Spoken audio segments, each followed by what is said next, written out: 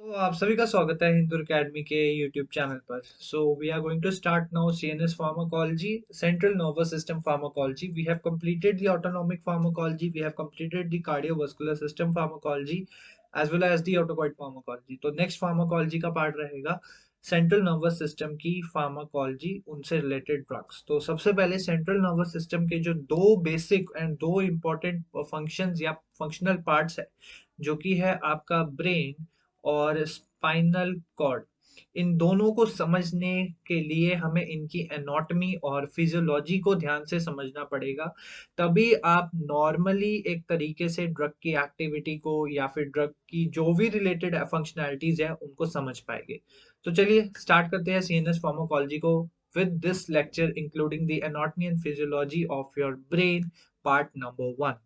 So here we have the anatomy and physiology of human brain, और ये है आपका ह्यूमन ब्रेन। तो ह्यूमन ब्रेन के बहुत ही इंपॉर्टेंट कंपोनेंट्स हैं यहाँ पे, जो बेसिक और मेन कंपोनेंट्स हैं। चीज़ों को जितना सिंपल और जितना क्लियर रखेंगे उतने ही आपको आसानी से समझ आएगी चीज़ें। इस पूरे लेक्चर वीडियो में हम इन सारे रिलेटेड पार्ट्स के बारे में स्टडी करेंगे। एक फंक्शनैलिटी के बेसिस पे हम अगर आपको जनरल इंट्रोडक्शन दे ह्यूमन ब्रेन की, तो human brain is the central and most efficient part of your body. आपकी बॉडी में जितने भी मैकेनिज्म्स हो रहे हैं वो सारे इस ह्यूमन ब्रेन के कारण ही हो पा रहे हैं। Everything is connected with your brain. It is the central processing unit of your body. Every action is processed here so that you can perform a particular action right here. So let's go with starting the anatomy of your brain। We have the protective layers of the brain। देखिए brain जो है एक बहुत ही important organ है, तो यहाँ पे प्रोटेक्शन भी उतनी ही इंपॉर्टेंट होनी चाहिए। तो सबसे पहले अगर हम बात करें तो सबसे पहले एक बोनी केज टाइप स्ट्रक्चर या बोनी स्ट्रक्चर होता है, जो कि हम जिसे स्कल बोलते हैं। तो स्कल एक सबसे पहली प्रोटेक्टिव लेयर होती है, जो बोनी लेयर होती है आपकी, ठीक है। And next we have all the other protective layers of your brain। So cranium, जो कि हम बोलते हैं बेसिकली इसे आपके स्कल को। And we have the cranial meninges. Basically ये जो डायग्राम है it represents your cranial meninges. जो क्रेनियल मेनिंजस है ये बेसिकली जो स्पाइनल मेनिंजस होती है उनका कॉन्टिन्यूस पार्ट है यहाँ पे, ठीक है। और इनका कुछ एकदम से बेसिक स्ट्रक्चर होता है।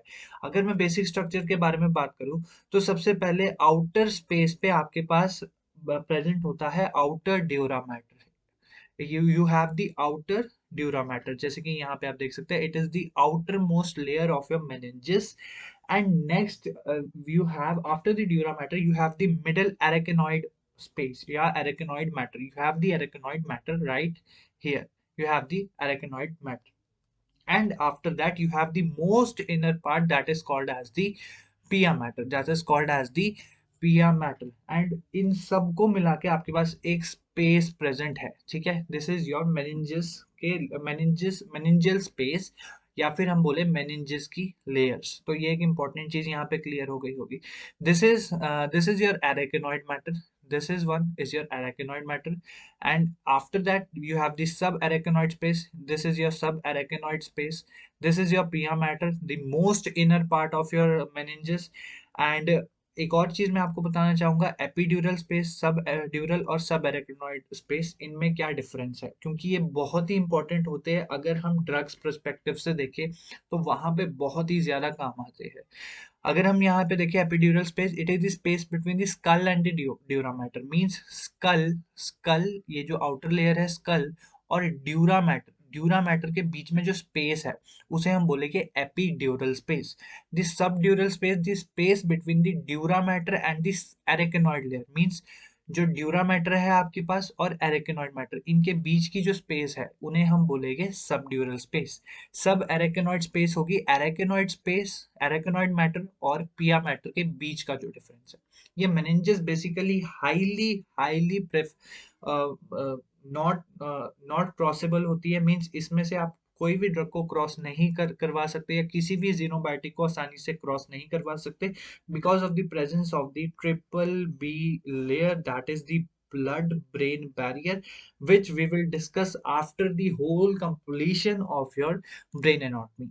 so तो आई होप आपको मेनिंजेस से रिलेटेड कुछ जो भी इंपॉर्टेंट चीजें थी वो सारी चीजें यहाँ पे हमें क्लियर आउट हो चुकी है। एंड और भी कुछ इंपॉर्टेंट चीज यहाँ पे विद रिस्पेक्ट टू आपके सीएनएस फार्माकोलॉजी के ज्यादा नहीं है, जो भी बेसिक चीजें सिर्फ बेसिक चीजें यहाँ पे बताई गई है। नेक्स्ट अगर हम बात करें यहाँ पे we have your brain. So brain के कुछ इंपॉर्टेंट पार्ट्स के बारे में बात करेंगे, मोस्ट इंपॉर्टेंट पार्ट्स। तो first part we have the cerebrum. देखिए जो सेरेब्रम पार्ट है it is basically responsible for your sensory information. जो भी आपकी सेंसरी इन्फॉर्मेशन होगी वो सारी आपकी सेरेब्रम में प्रेजेंट रहेगी। वॉलेंट्री मूवमेंट्स जो रहेगी with the with with the combination और coordination with your other parts of the brain। Brain के दूसरे पार्ट्स के साथ कॉम्बिनेशन या कोऑर्डिनेशन करके ये मूवमेंट्स को प्रोड्यूस करवाएगा। और जो कॉम्प्लेक्स फंक्शनैलिटीज होती है जैसे मेमोरी हो गया, किसी की पर्सनालिटी बिहेवियर्स हो गए, इंटेलिजेंस हो गए, ठीक है, पर्सोना हो गया, ये सारी चीजें आपके सेरेब्रम से डिसाइड होती है। इमोशनल कंट्रोल भी यहाँ पे होता है via the presence of the limbic system. It is present below the cerebral cortex के नीचे आपका लिम्बिक सिस्टम प्रेजेंट रहता है। जो भी आपकी साइकोटिक सिस्टम की ड्रग्स रहती है वो ज्यादातर लिम्बिक सिस्टम पे काम करने में काम करने का देखती है। क्यों? क्योंकि आपके पास साइकोसिस या फिर डिप्रेशन बेसिकली केसेस में इमोशनल बैलेंस को मेंटेन करना है, ठीक है, इमोशनल कंडीशंस को मेंटेन करना है, इमोशनल हैप्पीनेस को अपलिफ्ट करना है। तो उन सारी सिस्टम्स में आपका लिम्बिक सिस्टम का बहुत इंपॉर्टेंट रोल रहेगा।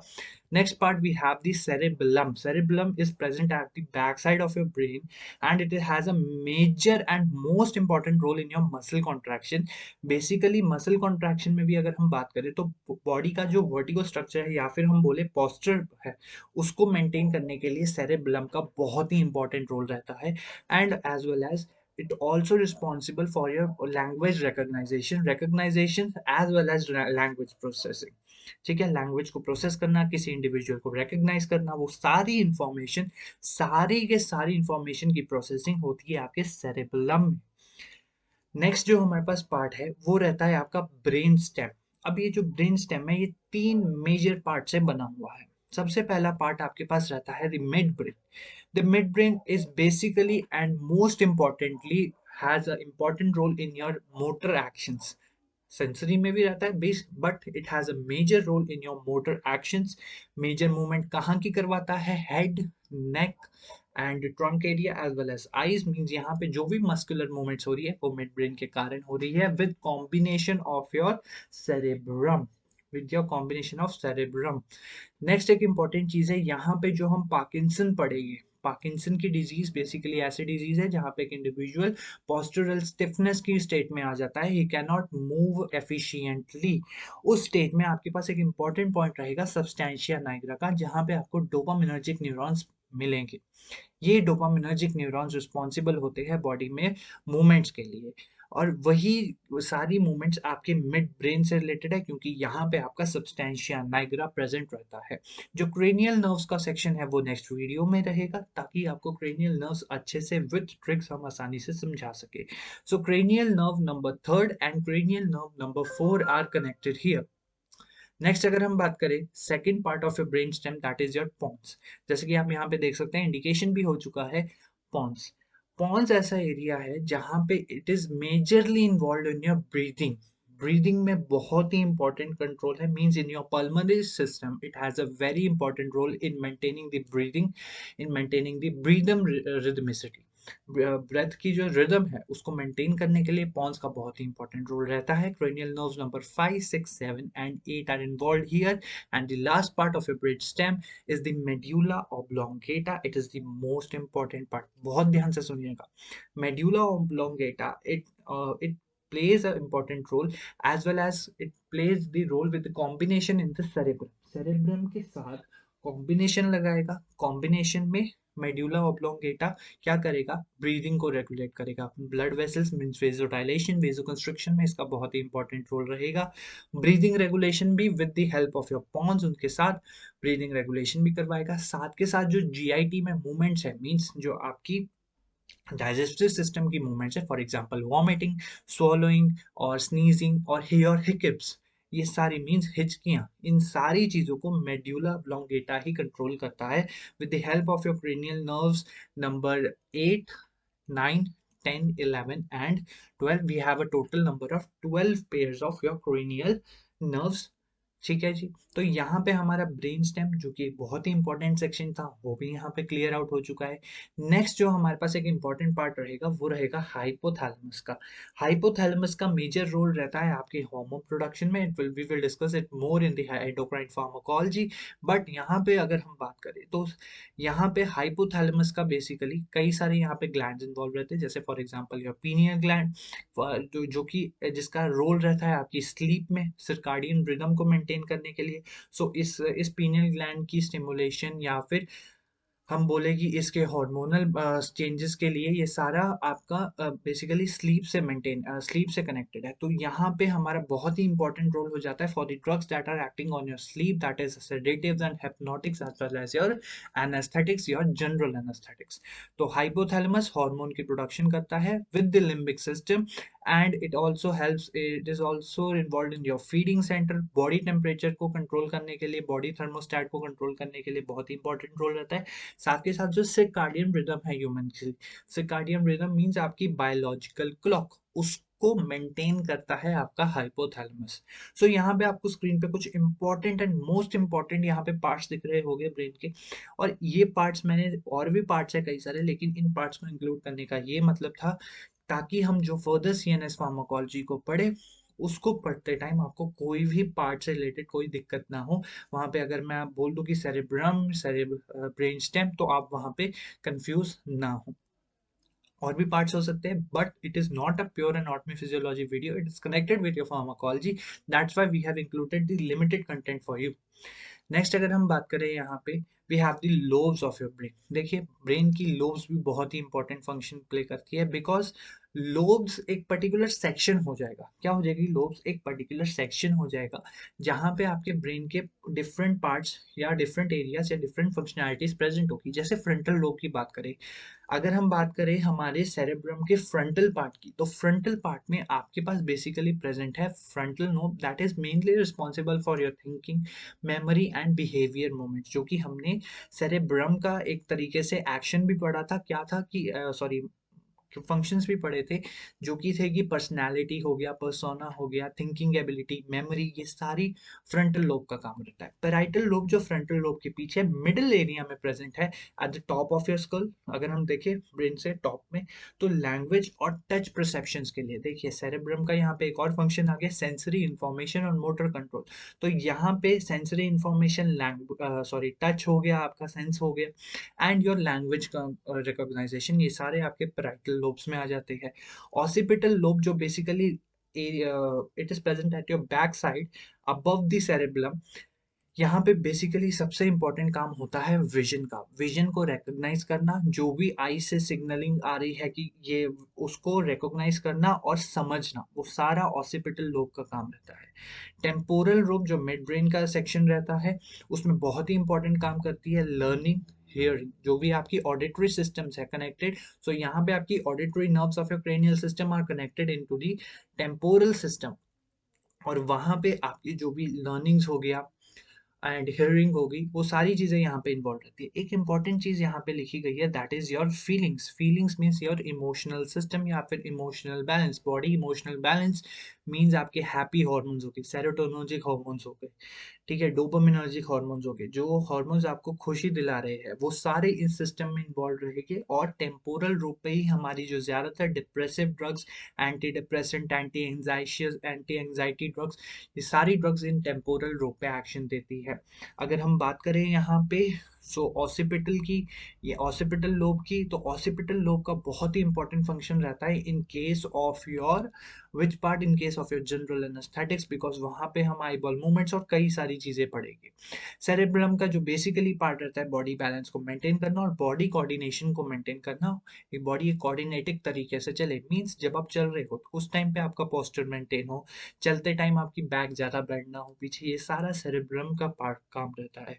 और जो कि ब्रेन स्टेम का हमने पढ़ा, brain stem means mid brain, your basically mid brain, pons and medulla oblongata, इन सब का काम breathing, heart rate, body temperature, इन सब को कंट्रोल करने का रहता है। सो आई होप आपको ब्रेन की जो भी बेसिक एनाटॉमी थी उनसे रिलेटेड सारे पॉइंट्स एकदम से क्लियर आउट हो गए होंगे। इन सब पॉइंट्स को एक तरीके से हम क्विक वे में रिवाइज भी कर लेते हैं। First we have the protective layers of the brain, जिसमें स्कल और मेनिंजेस आ जाते हैं। Skull is the bony structure that is present at the top of your body and in which the brain is embedded. उसके अंदर आपके meninges आ जाती है, जिनमें आपके arachnoid matter, subarachnoid space and epidural matter आ जाता है। बेसिकली मेनिंजेस जो है वो ब्रेन की कवरिंग की लेयर्स रहती है। It contains of dura mater, the pia mater and the arachnoid mater. Dura is the outer most, arachnoid is the middle, and the pia is the innermost layer. And we have the spaces that are epidural space between the skull and the dura mater. Subdural, the space between the dura and arachnoid layer. And the subarachnoid, it is the space between the arachnoid and the pia mater. So ये सारी important चीजें related to your brain meninges. Then we have your human brain. We have the cerebellum. We have the brain stem, midbrain, pons, and medulla oblongata with your hypothalamus. These are the major important parts. Cerebrum की अगर हम बात करें, sensory information, language, personality and emotional system with the help of limbic system के साथ control करता है। Cerebrum का part है बॉडी की मसल सिस्टम को मेंटेन करना, बॉडी का postural balance मेंटेन करना। midbrain का काम है बेसिकली सेंसरी और मोटर इंफॉर्मेशन को कलेक्ट करके बॉडी में हेड, नेक और ट्रंक एरिया में बॉडी मूवमेंट्स को कंट्रोल करना। पॉन्स का काम है ब्रीदिंग कंट्रोल करना, और मेड्यूला ऑब्लोंगेटा का हार्ट बीट, ब्रीदिंग और जीआई मूवमेंट्स को कंट्रोल करने का काम रहता है। अगर हाँ हाइपोथैलेमस की बात करें तो हाइपोथैलेमस का इंपॉर्टेंट काम है आपकी बॉडी की सर्काडियन रिदम को, hormone production, for example your growth hormone, your prolactin hormone, बहुत सारे हार्मोन्स की सिक्रीशन करवाता है आपका hypothalamus. It also helps in the control of your body temperature because और बॉडी टेम्परेचर में आपके medulla oblongata and your brain stem is also included. Next we studied about the lobes of the brain where we have the frontal lobe involved in the thinking, memory recognition and behavior recognition and the movements. Parietal lobe involved in the language and sensory informations. Occipital lobe mainly involved in your vision कि आप जो चीज देख रहे हो उसको analyse करके देखना कि हाँ जी यहाँ सामने हम मिंतुर अकेडमी की वीडियो देख रहे हैं और वीडियो अच्छी लगी है तो उसको शेयर भी करना है अपने दोस्तों के साथ। तो आपके ऑक्सीपिटल लोब अगर ये सिग्नल दे रहा है तो शेयर जरूर कर दीजिएगा। Temporal lobe that is mainly involve in your hearing, मतलब आप कुछ सुन रहे हो उसको प्रोसेस कर रहे हो और समझ रहे हो, and your learning in your things that you are learning. For example I am telling you something and you are learning the parts and the lobes of the brain. And as well as we have the brain stem where the major function is of controlling your heartbeat rate and your temperature of your body. So here we have completed about the basic parts of your brain anatomy. In the next part we will clear about the cranial nerves. हम cranial nerves के बारे में पढ़ेंगे कि cranial nerves कौन सी nerve action क्या है, वो सारी चीजें। Plus in an additional we will also study about the neurochemicals that are present in the brain and how they act on your brain and what type of action they produce on your brain. Thank you so much for watching. Till then, keep learning.